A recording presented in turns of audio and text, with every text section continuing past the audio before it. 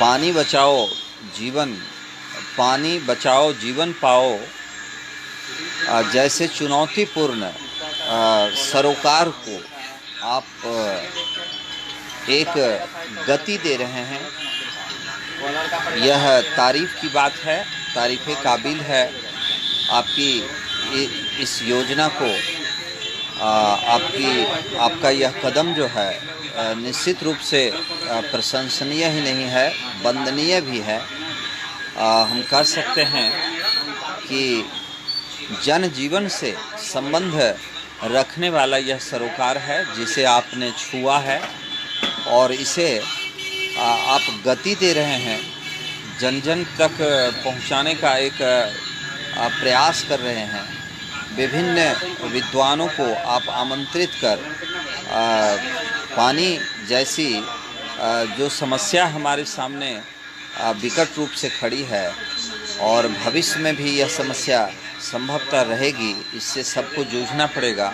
तो ऐसे में यह चुनौतीपूर्ण कार्य आप कर रहे हैं एक जागरूकता के लिए, ताकि हम जैसे अभी समय कोरोना का है और हम लड़ रहे हैं, बहुत हद तक जीत रहे हैं, सारे लोग सतर्क और सावधान रहते हुए वो चुनौती का सामना कर रहे हैं। ठीक इसी प्रकार से मैं कहूँगा कि आपको आजीवन पानी जैसी जो समस्याएं हैं या पानी का जो हमारे बीच की जो समस्या है, केवल देवघर ही नहीं पूरी दुनिया के लिए यह समस्या है। यह विश्वव्यापी समस्या है, यह एक प्राकृतिक समस्या है। इससे भी हमें जूझना पड़ेगा और लड़ना पड़ेगा और कोशिश हमारी होगी कि हम पानी का सदुपयोग ज़्यादा से ज़्यादा करें, उसका दुरुपयोग होने से हम बचें, दुरुपयोग ना हो सके। ऐसे घर परिवार और आम लोगों में एक एक परिवार के एक एक सदस्य के बीच में यह चेतना और भावना हो कि हम पानी का बिल्कुल सदुपयोग समुचित ढंग से करें, तभी हम इस लड़ाई से जीतेंगे। और निश्चित रूप से आप सभी जानते हैं कि पानी की समस्या जो आज हमारे बीच में है, वह समस्या आज भी है और भूतकाल में भी ये समस्या थी। पहले भी ये समस्या रही है और भविष्य में भी ये समस्या रहेगी। प्रकृति ने ऐसा विधान निर्धारित किया है कि हालांकि आप देख रहे हैं कि हमारे पूरे दुनिया में, पूरी सृष्टि में 3 भाग जल से घिरा हुआ है, लेकिन दुर्भाग्य यह है कि उसमें पेयजल की जो चीज़ें हैं उसका अनुपात या उसकी मात्रा कम है। 3 हिस्से में जल जरूर है भूमि का, लेकिन पीने लायक पानी का जो पीने लायक पानी की जो मात्रा है या जो आंकड़ा है वो बहुत कम है। और हम सभी मानव समुदाय, आप कह सकते हैं कि मानव समुदाय को यह हमेशा ध्यान रखना पड़ेगा कि हम उसका सदैव सतर्कता से, सावधानी से उसका उपयोग करें। तो पानी पर मैं बहुत सारी बातें कर सकता हूँ, या आप भी जानते हैं मैं व्यावहारिक पक्ष पर ज़्यादा ध्यान देने की कोशिश करूँगा। और मुझे याद है कि पानी जो हमारे बीच में, और पानी का स्तर इतना नीचे तेज़ी से जा रहा है, उस हिसाब से हम शायद सतर्क नहीं हैं, सावधान नहीं हैं। हमारा शहर आज से 25 साल पहले की तुलना में काफ़ी विकसित हो गया है, काफ़ी विस्तार इसका हुआ है, और उसी हिसाब से हर किसी को पानी चाहिए, जल चाहिए। और ऐसे में हम देख रहे हैं कि आज कल हमारा यह शहर कुएं पर निर्भर था। कुएं से पानी हम निकाल रहे थे। आज हर घर में बोरिंग के द्वारा अब पानी निकाला जाने लगा। यानी कि कुआं 30 से 40 फीट उन दिनों गहरा होता था और हमें पानी मिल जाता था। लेकिन वो 30 और 40 फीट के वो कुएं धीरे धीरे ऐसा उपयोग हुआ और सूरज का तापमान कहें या हमारे दुरुपयोग कहें के कारण वह कुआं धीरे धीरे सूखना शुरू हुआ। नतीजा यह हुआ कि आज कुएं में पानी नहीं है। गर्मी के दिनों में तो एक बूंद भी पानी नज़र नहीं आता है और यह समस्या बहुत दिनों से हमारा यह शहर झेल रहा है। मैं समझता हूँ कि पूरे भारत में ये समस्याएं हैं और ये समस्याएं रहेगी। लेकिन हमें अगर सतर्कता के साथ अगर जीना है तो शायद ये समस्या कुछ हद तक हम इसका हल निकाल सकते हैं और कुछ हद तक हम सफल भी हो सकते हैं। जैसे कि मैं एक घटना आपको सुना रहा हूँ। ये 1980 की बात है। मैं अपने ही शहर की बात कर रहा हूँ। उन दिनों मैं 9 कक्षा में था। 1980 में 9-10 के बीच में था और मैं झौंसागढ़ी, राम मंदिर रोड झौंसागढ़ी मेरा मौसी घर पड़ता है। मैं वहीं रहकर अपनी पढ़ाई कर रहा था राम मंदिर हाई स्कूल में। तो मुझे याद है कि 5 बजे सुबह में मेरी एक भाभी थी, वो 5 बजे सुबह उठाती थी। कभी कभी तो ऐसा होता था कि 12 बजे रात में हम लोग जाते थे। और झौंसागढ़ी में एकमात्र कुआं था, रामनाथ कुआं, जो राम मंदिर हाई स्कूल के जस्ट सामने में एक भूमि बड़ा प्लॉट था, ज़मीन थी। उसी ज़मीन में वो कुआं था, वो रामनाथ जी का कुआं था। और पूरा झौंसागढ़ी, उस समय की जो झौंसागढ़ी की आबादी थी, पूरा झौंसागढ़ी उस कुएं का पानी पीता था।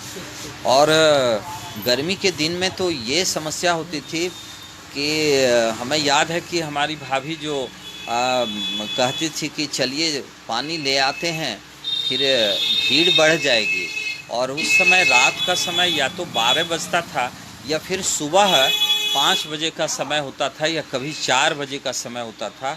और ये मुझे याद है कि मैं उनके साथ लगा रहता था और जो बाल्टी रस्सी से कुएं के नीचे बाल्टी जाती थी, उस बाल्टी में मुश्किल से 2 प्याला या 2 से 3 प्याला पानी उस बाल्टी में आता था।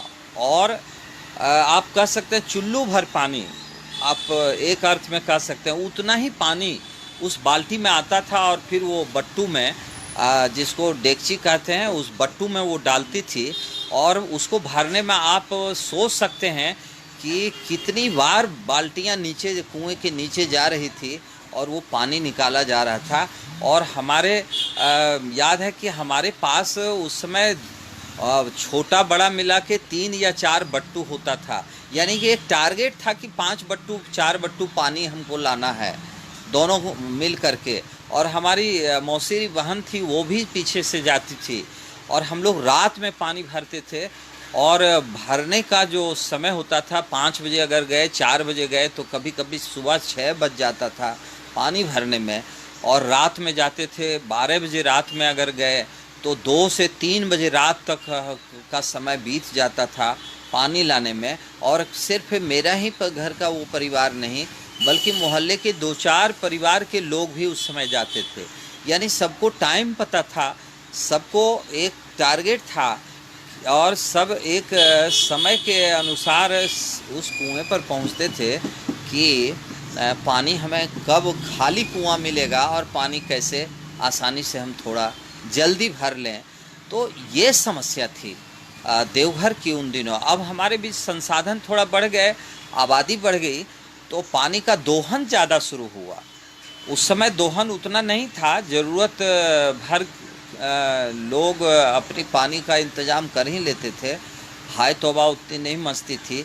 लेकिन आज आबादी बढ़ गई है, पेयजल की कमी गर्मी के दिनों में खास करके एक बड़ी समस्या बन जाती है। तो मुझे वो बचपन की ये घटना बड़ा तीसता है। कभी कभी लगता है कि पानी पीने वाला जो पानी है, कितनी तरद्दुत और कितनी कोशिश, बड़ी कोशिश के बाद वह पानी प्राप्त होता रहा और आज भी वही स्थिति है। आज हम अपने शहर में देख रहे हैं कि बड़े बड़े मकान बन गए, बड़ी इमारतें बन गई, बिल्डिंगें बन रहे हैं और अब तो अपार्टमेंट हमारे शहर में हम समझते हैं कि 50 अपार्टमेंट अब खड़े हो गए हैं। अब प्रत्येक अपार्टमेंट को पानी चाहिए और पानी वहाँ पाताल बोरिंग करके पानी निकाला जा रहा है। नतीजा है कि जो आप उस अपार्टमेंट के आसपास के जो इलाके हैं उसका भी लेयर वो खींच लेते हैं। लेकिन चलिए, उनकी ज़रूरत है, अपार्टमेंट उनको बेचना है, बनाना है, पानी भी निकालना है, पाताल बोरिंग। अब एक अपार्टमेंट में 3-4 जगहों पर बोरिंग होता है और वो पानी खींचा जाता है और पानी का स्रोत की आप खोज करें तो वो स्रोत नहीं मिल रहा है। समस्या यही है। समस्या यह है कि पानी जिस तेज़ी से हम उसका दोहन कर रहे हैं या अपनी ज़रूरतों के लिए हम पानी निकाल रहे हैं ज़मीन से, भूगर्भ में समाहित जल धारा को जिस तरह से हम अपने वैज्ञानिक तकनीक के माध्यम से हम उसको अवशोषित कर रहे हैं, अपने उपयोग के लिए खींच रहे हैं, निकाल रहे हैं, उस हिसाब से भूगर्भ में कुछ जल भी जाना चाहिए। मैंने श्वेत पत्र, यहाँ की एक स्थानीय पत्रिका है, मैं लिखा था, एक निबंध मेरा प्रकाशित हुआ था और वो काफ़ी उसकी चर्चा हुई थी। उस निबंध में मैंने शीर्षक ही दिया था कि देवघर को नाला नहीं, सॉकपिट की ज़रूरत है। देवघर को नाला नहीं चाहिए, नाला की आवश्यकता इस शहर को नहीं है, सॉकपिट की आवश्यकता है। हमारे नाले से जो पानी बह करके डढ़वा नदी में जो गिरता है, मैं समझता हूँ पूरे वर्ष में लाखों गैलन पानी जो हमारे रसोई घर से निकलता है, हमारे बरसात के दिनों में छत के माध्यम से नाले में आकर गिरता है और वो पानी बड़े आसानी से डढ़वा नदी में जाता है और उसके बाद विभिन्न नदियों से होते हुए वो खारा जल समुद्र में जाकर वो मिल जाता है, वो पानी वेस्ट हो जाता है। तो ऐसी स्थिति में नाले की ज़रूरत नहीं है। यहाँ हर घर में, हर सड़क के किनारे सॉकपिट की आवश्यकता है और यह सॉकपिट अगर हो जाए तभी हम उम्मीद कर सकते हैं कि हम धरती से जल निकाल कर अपनी प्यास बुझाएं। लेकिन ज़्यादा ध्यान हमें रखना होगा कि हम धरती की भी प्यास की चिंता करें। धरती को भी प्यास लगती है, धरती को भी पानी चाहिए, धरती का संतुलन पानी से बना रहता है। तो एक तरह से हम सॉकपिट चाहिए। और मुझे बहुत खुशी हुई, आपको मैं एक छोटी सी घटना बता रहा हूँ। मेरे मित्र हैं, बमपास टाउन में रहते हैं, अच्छे लेखक हैं और उन्हीं के सामने में एक और मित्र हैं R.K. ठाकुर। वो बैंक में पदाधिकारी हैं, साहित्यिक व्यक्ति हैं। मैं उनके यहाँ जाया आया करता हूँ अक्सर। विवेकानंद कॉलोनी, जब आप वो पुल जो है जमुना जोर पुल से आप ऊपर चढ़ेंगे तो एक मंदिर मिलेगा। मंदिर के थोड़ा सा आप जो बरियार बांध जो सड़क गई है उससे थोड़ा और आगे बढ़ेंगे तो एक कॉलोनी है, विवेकानंद कॉलोनी। उसी कॉलोनी में R.K. ठाकुर जी का घर है।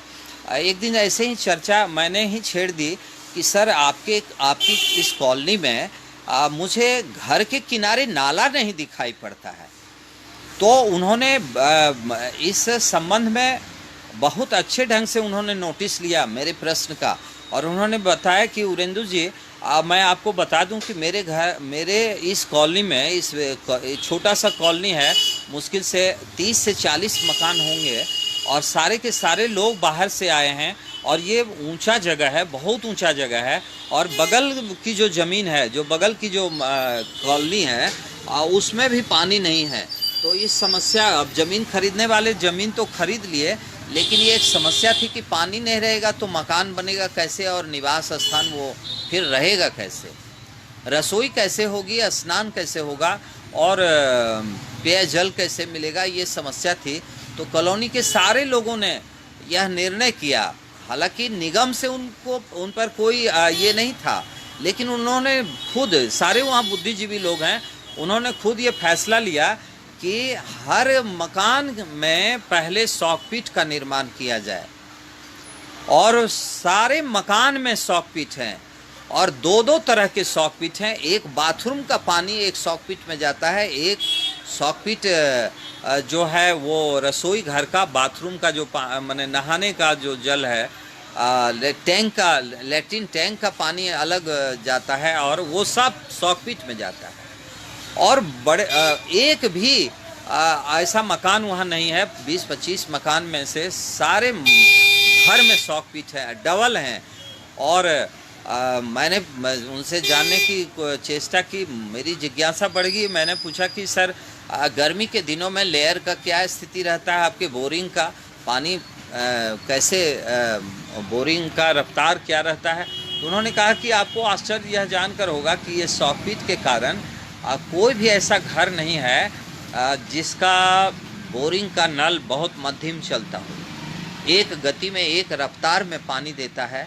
और ये हमें जानकर, यह घटना जानकर मुझे बहुत प्रसन्नता हुई कि मैंने जो लेख में चर्चा की थी कि देवघर को नाला नहीं शॉकपीट चाहिए। नाला की ज़रूरत ही नहीं है देवघर में, देवघर पहाड़ी भूमि है। आप यहाँ देखते हैं कि अब 4 घंटे अगर लगातार बारिश होती है तो आप इस बारिश के ठीक छूटने के तुरंत बाद आप बाहर निकल कर देखें, आपको सड़क पर सूखा हुआ मिलेगा, सड़कें सूख जाती है, ज़मीन जो है बिल्कुल सूख जाता है, पता ही नहीं चलता है कि यहाँ पानी पड़ा है। ये कंकरीली मिट्टी है और पानी तुरंत खींच लेता है। वहीं आप मैदानी भाग में चले जाएं तो हल्का रिमझिम बारिश होती है और 5 दिन तक कीचड़ बना रहता है, क्योंकि वहाँ के बालू के जो कण हैं, वहाँ के मिट्टी के जो कण हैं वो इतने महीन हैं कि वो पानी को अंदर जाने नहीं देते, वो रोक लेते हैं, इसलिए वहाँ ऊपर में कीचड़ बना रहता है। धूप ही उसको सुखा देती है और तब जाकर के वो मिट्टी कठोर बनती है धूप की वजह से। लेकिन देवघर की वो स्थिति नहीं है, पूरे झारखंड प्रदेश की वो स्थिति नहीं है। यहाँ अभी बारिश हुई, 2-3 घंटे लगातार बारिश हुई और आधे घंटे के बाद आप बाहर निकल कर देखें तो पूरी ज़मीन आपको सूखी हुई मिलेगी, लगेगा नहीं कि बारिश हुई है। यानी कि पानी की एब्जॉर्ब क्षमता यहाँ ज़्यादा है। तो जब ज़्यादा है तो निश्चित रूप से एक व्यावहारिक बात है कि उसी अनुपात से यहाँ का जो भूगर्भ जल है वो उसी अनुपात में तेज़ी से अंदर भी जाएगा। और हम जो पानी कुछ ज़मीन के कुछ नीचे 10 फीट, 15 फीट, 20 फीट या 30, 40, 50, 100 फीट तक जो पानी लेयर के रूप में धरती में जमा है, उसको हम बोरिंग करके खींच रहे हैं और हम ऊपर से उसमें पानी जाने से रोक रहे हैं, तो समस्या आएगी। इसी मंच पर चेन्नई के एक लाइव में उन्होंने बताया कि पुनासी डैम आखिर कितना दिन तक काम आएगा, पुनासी डैम से कितने लोगों को राहत मिलेगी। डैम तो बन गया, एक समस्या बड़ी थी, समस्या का समाधान हुआ। पानी की समस्या हो सकता है, पुनासी डैम पर हमारे शहर को पानी इतना देगा कि हमें हमारी समस्या नहीं रहेगी, ये बात सही है। लेकिन एक चिंता की बात है, एक चिंता का विषय है कि हमारे घरों में जो जल उपयोग हो रहा है, उन जलों का हम दुरुपयोग क्यों कर रहे हैं, हम उसको नाले के माध्यम से क्यों बहा रहे हैं। अब मान लीजिए बहुत सारे है ना, खास करके देवघर के मंदिर के आसपास के रेंज आप देखें, 2-3 किलोमीटर तक की जो आबादी है वो बड़ी घनी आबादी है। शॉकपीट बनाने के लिए उनके पास जगह नहीं है, ये समस्या है, हम मानते हैं ये समस्या है। लेकिन इस समस्या का समाधान ढूंढने से मिल जाएगा। अगर छोटा भी आंगन है आपके घरों में तो आप उस आंगन में ही शॉकपीट बना सकते हैं। आपका छोटा बरामदा है तो थोड़ा उसको काट करके बना सकते हैं और फिर उसको प्लास्टर वगैरह करके फिर थोड़ा खर्च आएगा, वहाँ भी सॉकेट बन सकता है। रास्ता खोजने से रास्ता मिलता है। मेरा कहने का मतलब है कि ज़मीन कम है, छोटी ज़मीन है, घनी आबादी के कारण, परिवारों में घनत्व बढ़ने के कारण जगह की कमी हो गई है, तो सॉकपिट बनाने के लिए जगह नहीं है, इसलिए सॉकपिट नहीं बन रहा है। तो ये कहना समुचित नहीं लगता है। कोशिश करने से उसी संकरे घर में भी सॉकपिट कहीं न कहीं बनने के लिए बरामदे में बन सकता है। आपका गली है, अंदर बाहर निकलते हैं, एक गली है, तो उस गली में भी सॉकपिट का काट करके आप निर्माण कर सकते हैं। पानी को रोकना, पानी को बचाना निहायत आवश्यक है। एक आंदोलन के तहत इसको करना पड़ेगा। दूसरी तरफ मैं आपको बता दूं कि हमारे इस शहर में लगभग आज से 40 साल पहले लगभग 50 से 55 तालाब थे एक शहर के एरिया में। अब आप बरमसिया के उस पार, नंदन पहाड़ के उस पार की बात मैं नहीं कर रहा हूँ। इधर नंदन पहाड़ से लेकर के आप रख लें बैजनाथपुर तक, और इधर ठाड़ी दुलमपुर है, और इधर भुरभुरा मोड़ से अंदर, ये रेंज में लगभग 55 से 56 तालाब थे जो देवघर, उस तालाब में बरसों जल जमा रहता था। लेकिन दुर्भाग्य यह है कि देवघर के वो 55-56 तालाब में मुख्य 4-5 तालाब बच गए हैं। 4-5 ही तालाब बचे हैं जिसमें पानी देखा जाता है या तालाब का अस्तित्व बचा हुआ है। ये बहुत बड़ी समस्या है। यानी और सारे तालाब कहाँ चले गए? मैं आपको बता दूं कि मैं छत्तीसी में रहता हूँ।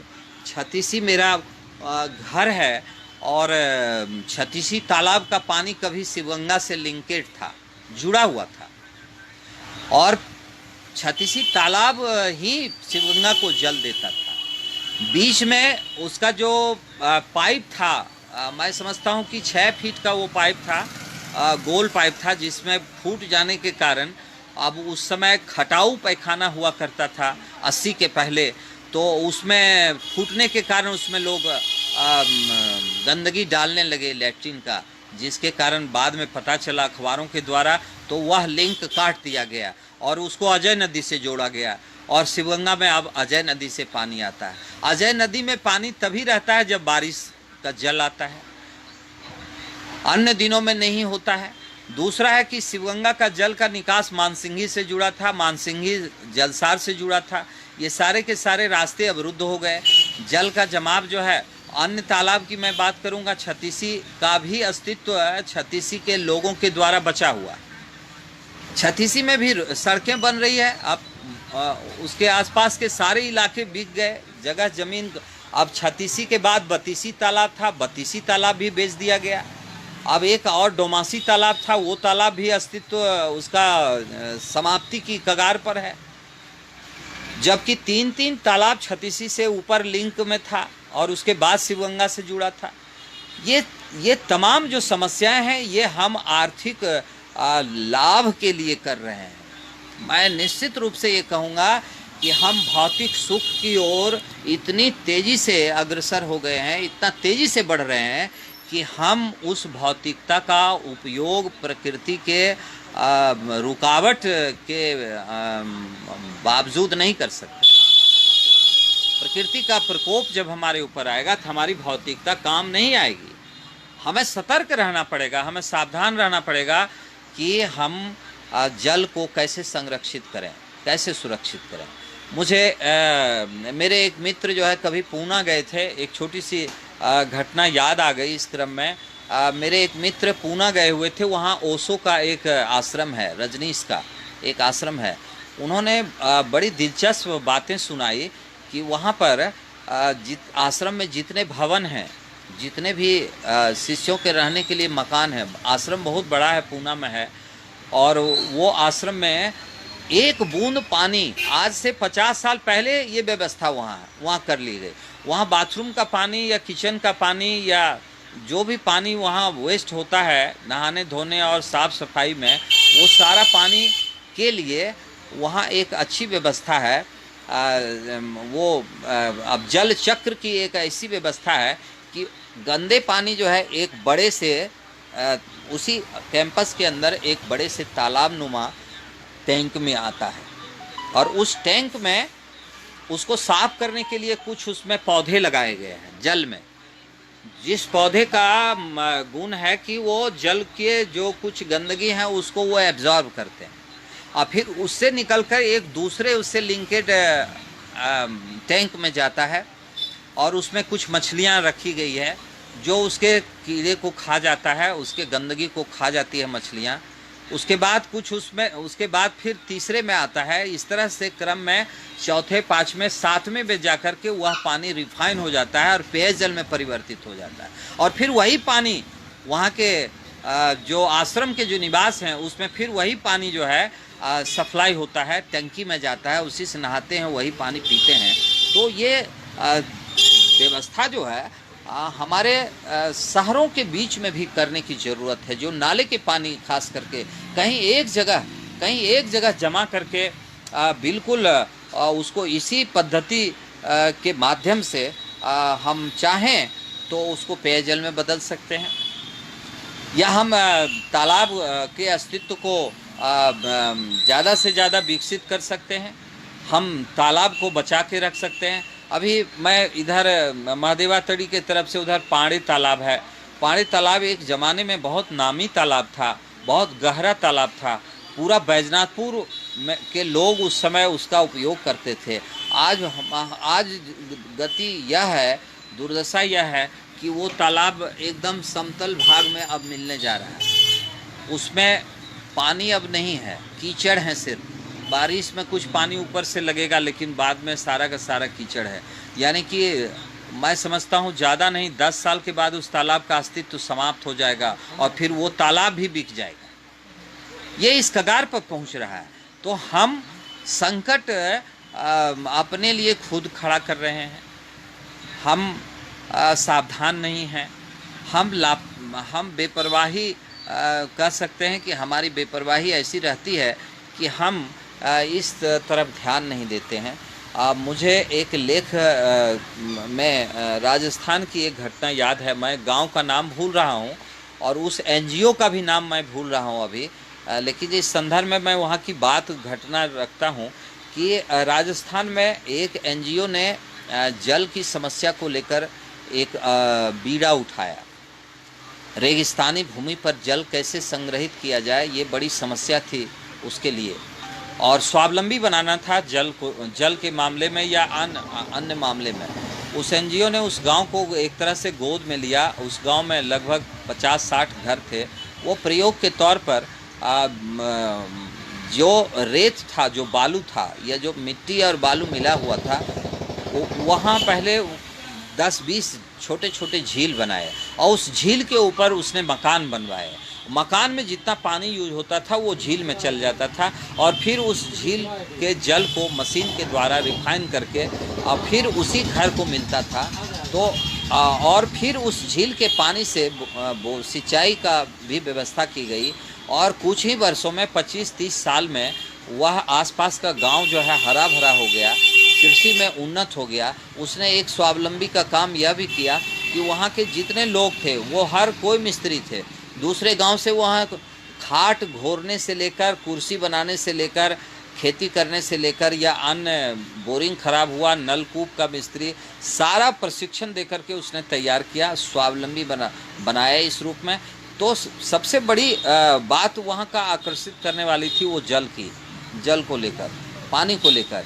यानी आप वहाँ जितने आज भी आप उस गांव में जितने मकान देखेंगे उसके नीचे आपको एक तालाब मिलेगा, छोटा सा तालाब मिलेगा, और उसका पानी जो है फिर शुद्ध होकर के पेयजल में परिवर्तित किया जाता है, बदला जाता है।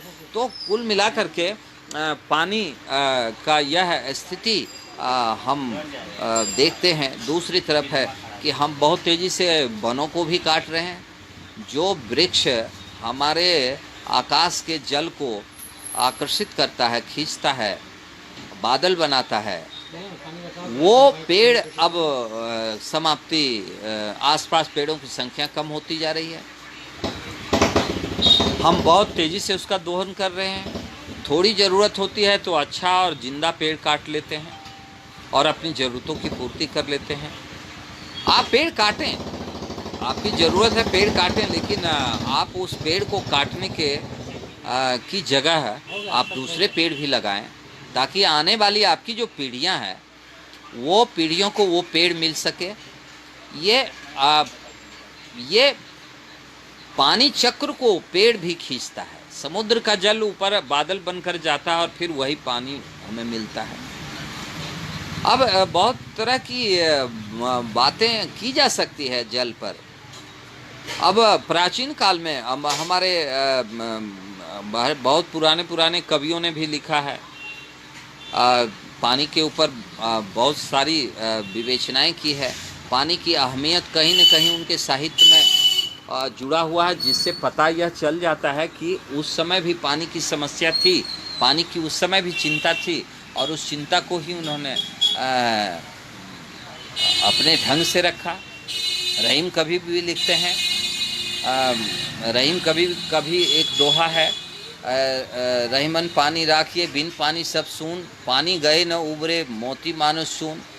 अब ये पानी जो है, पानी के बिना तो सब सूना है। पानी के बिना कुछ भी नहीं है धरती पर।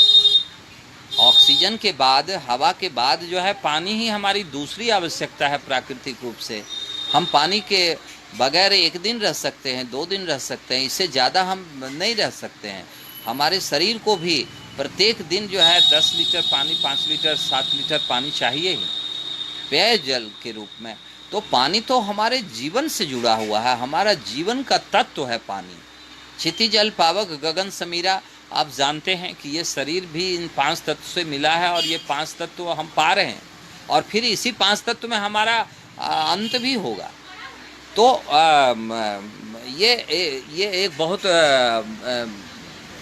सरोकार वाली बात है पानी को लेकर के। पानी एक ऐसा मुद्दा है, पानी एक ऐसी समस्या है जिसको कि हमें देखना ही नहीं है, बल्कि इसके लिए हमें जागरूक करना होगा, लोगों को सावधान करना होगा, और हमें जूझना पड़ेगा।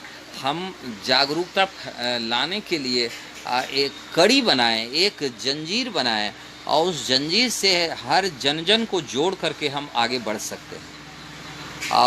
एक बात हमें अभी खल रही है, अभी तेज़ी से विकास हो रहा है।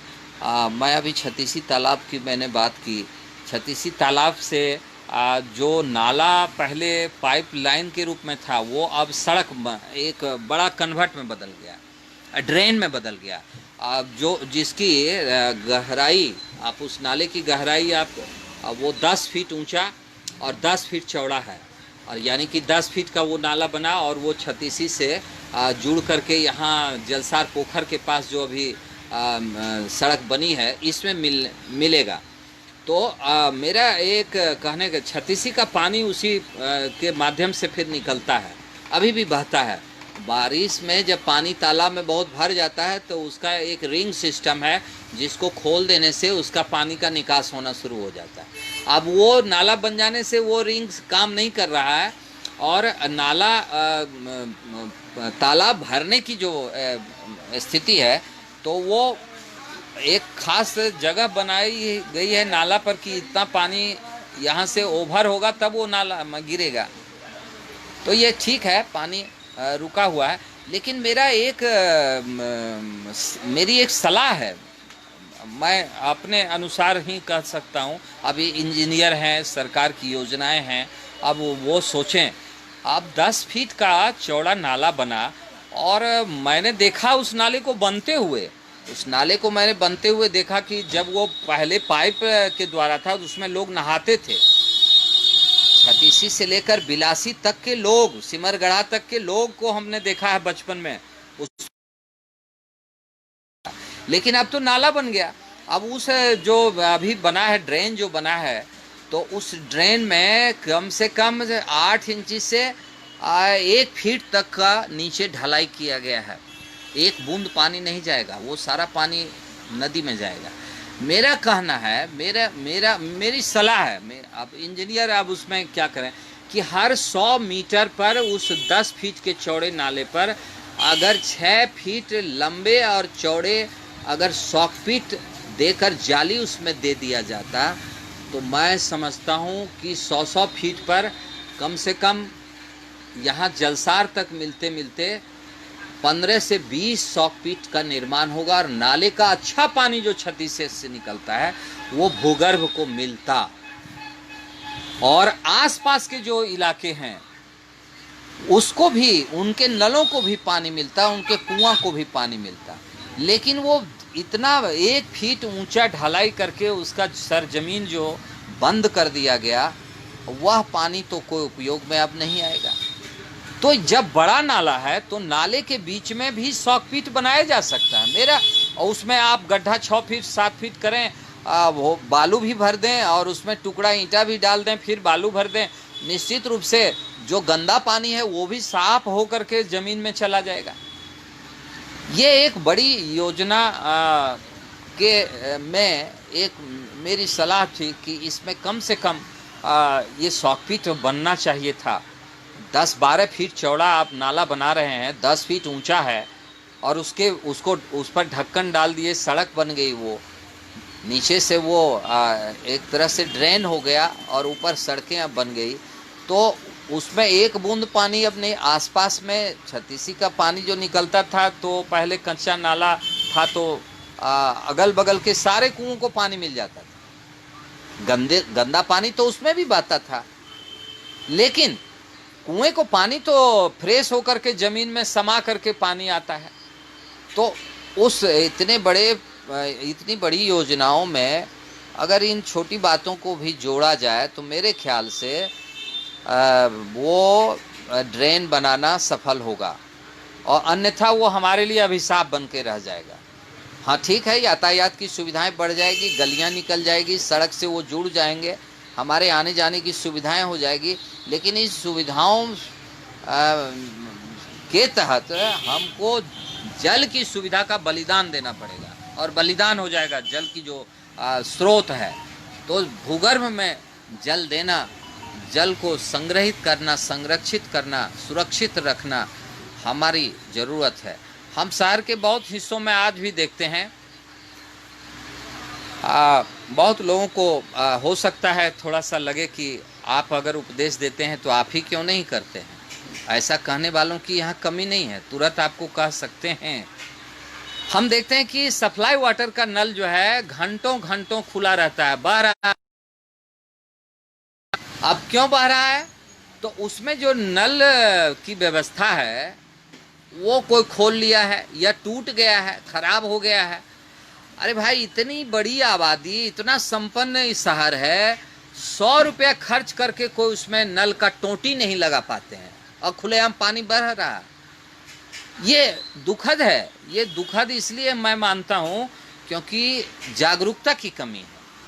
आप जन सुलभ, माने जन सेवा के भाव से ही अपनी जेब से उसमें 100 रुपया खर्च करके नल तो लगा सकते हैं। अगर नहीं आप लगा सकते हैं तो आसपास के घरों को कह तो सकते हैं कि आप इसमें नल लगवा दीजिए, पानी यूं ही बहता है, आपने पानी ले लिया इससे, अब पानी अब जो है ये टाइम पर खुलता है, टाइम पर बंद होता है, तो यहाँ से कम पानी तो बंद कीजिए ताकि वो पानी बर्बाद न हो, सुरक्षित रहे।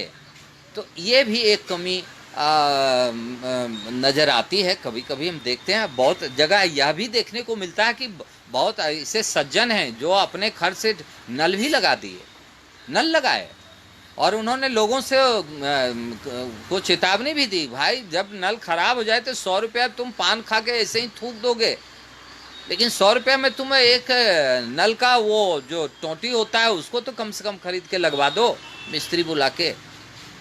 ये तो जन सेवा है, पानी की सुरक्षा की बात है, तो ये व्यवस्था हो। एक जागरूकता यह भी होनी चाहिए। कहने का मतलब है कि जहां आप हैं वहां हम भी हैं, जितना आप दोषी हैं उतना हम भी दोषी हैं।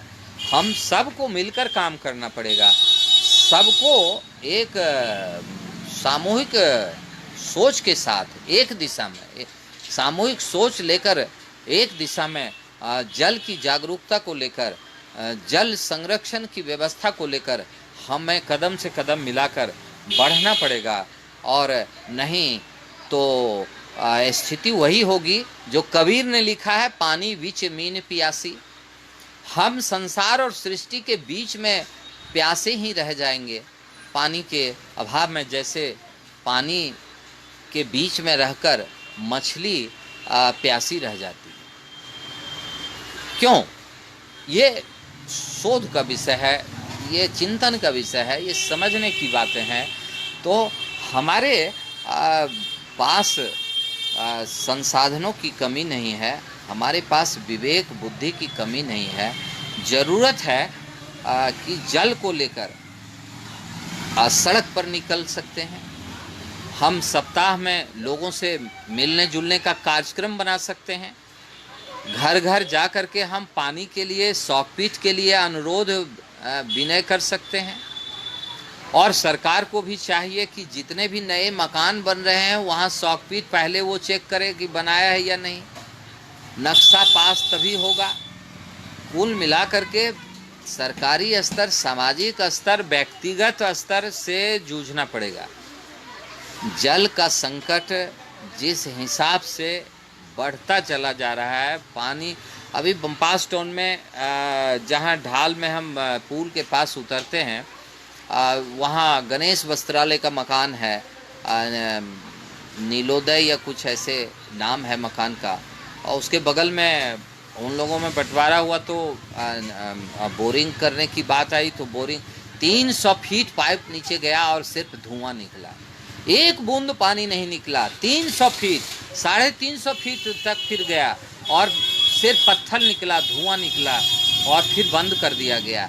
फिर दूसरी जगह जब उन्होंने बोरिंग किया तो 350 के ऊपर, यानी 300 पौने 300 के बीच में पानी का थोड़ा सा लेयर मिला, तब जाकर उनका बोरिंग सफल हुआ।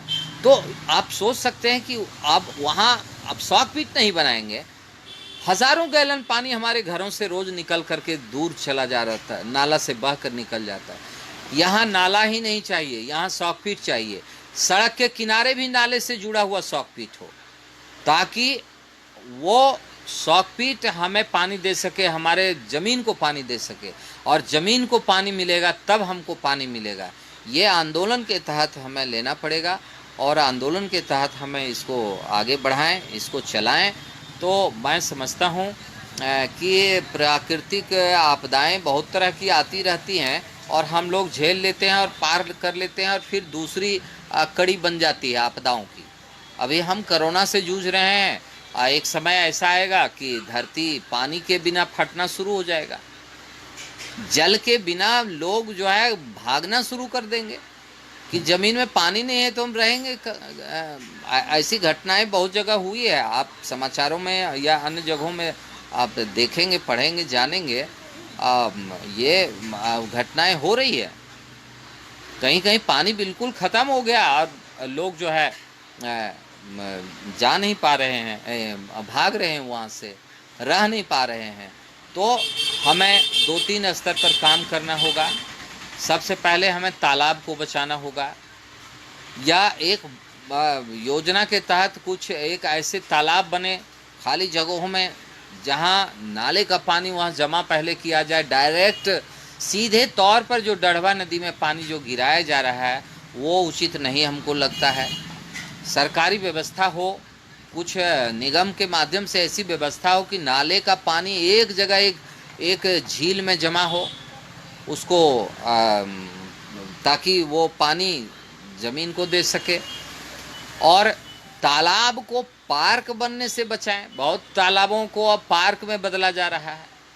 हम पार्क से ज़्यादा लाभान्वित तो उस पानी से होंगे, और तालाब को हम भर के पार्क बनाएंगे तो ये उचित नहीं लगता है। आने वाले दिनों में आने वाली जो समस्या हैं उन समस्या से हमको फिर जूझना पड़ेगा। तो तालाब ज़्यादा से ज़्यादा जो हैं, जो मृत होने की अवस्था में पहुंच गए हैं, जो तालाब का अस्तित्व अभी है लेकिन मृत अवस्था की ओर जो बढ़ रहे हैं, तो उस तालाब को चाहिए कि हम उसको जीवंत कर दें। उसकी सफाई हो, उसकी खुदाई फिर से हो, उसकी मरम्मती ठीक से हो और उसके बाद उस तालाब को हम जिंदा रखें। माथाबान तालाब अभी जीवित है। चलिए, उसमें हमारे मेयर साहब ने अच्छा काम किया कि उस तालाब को व्यवस्थित करवा दिया, वरना वो तालाब तो पूरे शहर का नाला उसमें जा रहा था, नहाने योग्य जल नहीं था, तो उसको रोका गया और उस तालाब को उन्होंने जीवन दिया। ये एक बड़ा काम हुआ। इस शहर के लिए सबसे बड़ा काम माथाबान तालाब का बचाव हुआ और बढ़िया बचाव हुआ। मैंने उस तालाब में देखा है, बचपन में बहुत नहाया भी है और बीच के दिनों में मैंने भी उस तालाब को देखा। बिल्कुल ही वो चारों तरफ दुर्गंध ही दुर्गंध थी और जल सड़ा हुआ था, कीचड़मय बना हुआ था, जिसे हमारे माननीय मेयर साहब ने उसको पुनर्जीवन दिया। तो ऐसे जो मृतावस्था की ओर जो तालाब बढ़ रहा है, हमें उसको बचाना पड़ेगा। सरकारी स्तर पर उस पर काम करना होगा, सामाजिक स्तर से उस पर काम करना होगा और जो प्रभावशाली लोग हैं उनको भी सामने आना पड़ेगा और उस तालाब को जीवित रखना पड़ेगा, तभी हम जीवित रहेंगे। तालाब जीवित है तो हम जीवित हैं। हमारे शहर में बहुत सारे सार्वजनिक कुआं थे, वो एक भी कुआं आज हमारे सामने नहीं है, वो सब के सब मकान के अंदर चले गए। तो जो हमारे अभी जो सार्वजनिक कुआं जहाँ है उसको भी आप जीवित रखिए, भले ही वो सूखा हुआ है लेकिन एक बात है कि बरसात के दिनों में वो भर जाता है, पानी तो जमा रखता है, इसलिए उसका जिंदा रहना जरूरी है। मैं समझता हूँ कि उस कुओं को भर के हम उस पर मकान बना दें, ये तो बुद्धिमानी नहीं है।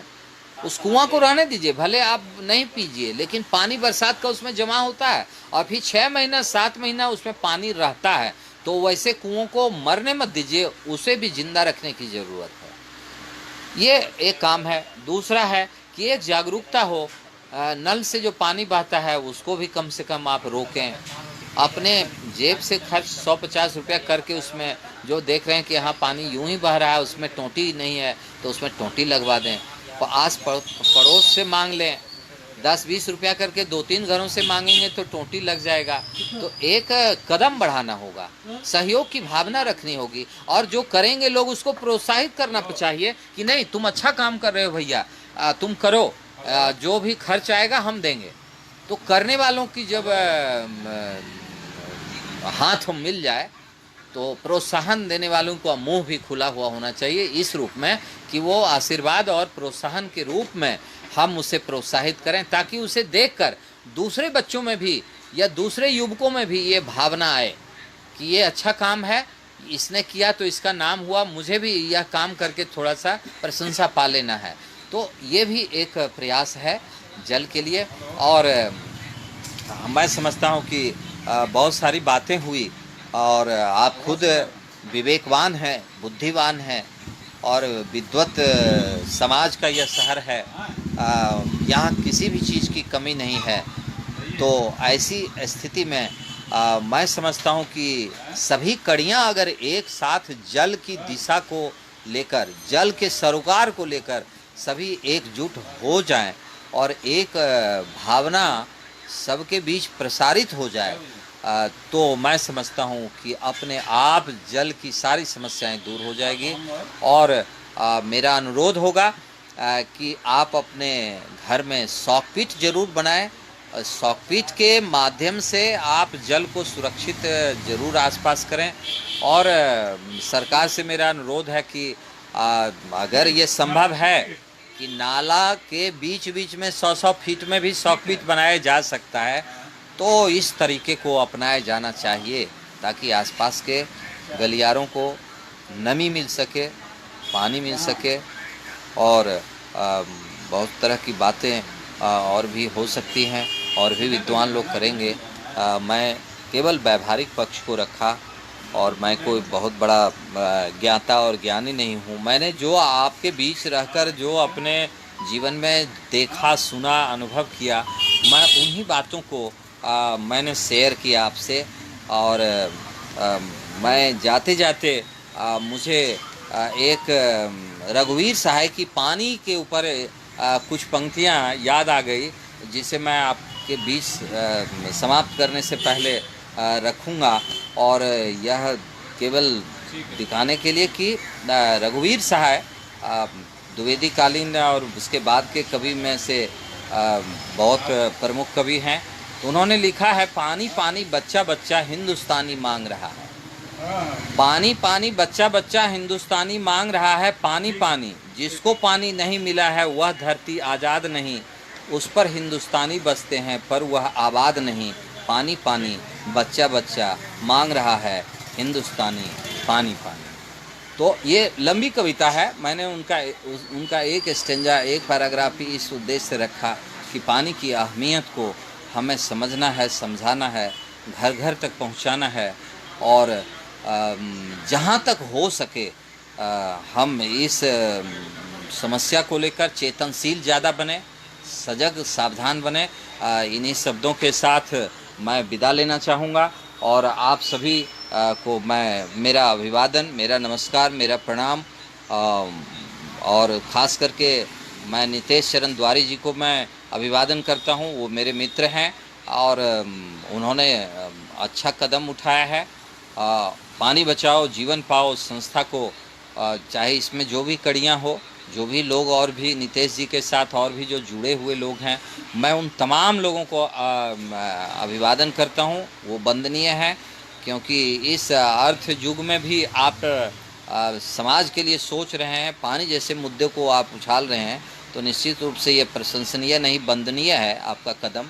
और मैं इसी के साथ संस्था को मैं नमन करता हूँ और उनके प्रति आभार भी प्रकट करता हूँ कि उन्होंने यह मौका दिया मुझे विचार प्रकट करने का। मैं कृतज्ञ हूँ आप सबों के प्रति और साथ ही जो भी व्यक्ति सुन रहे हैं उनके प्रति भी मैं कृतज्ञता और आभार प्रकट करता हूँ। उन्हीं शब्दों के साथ मेरा नमन, धन्यवाद।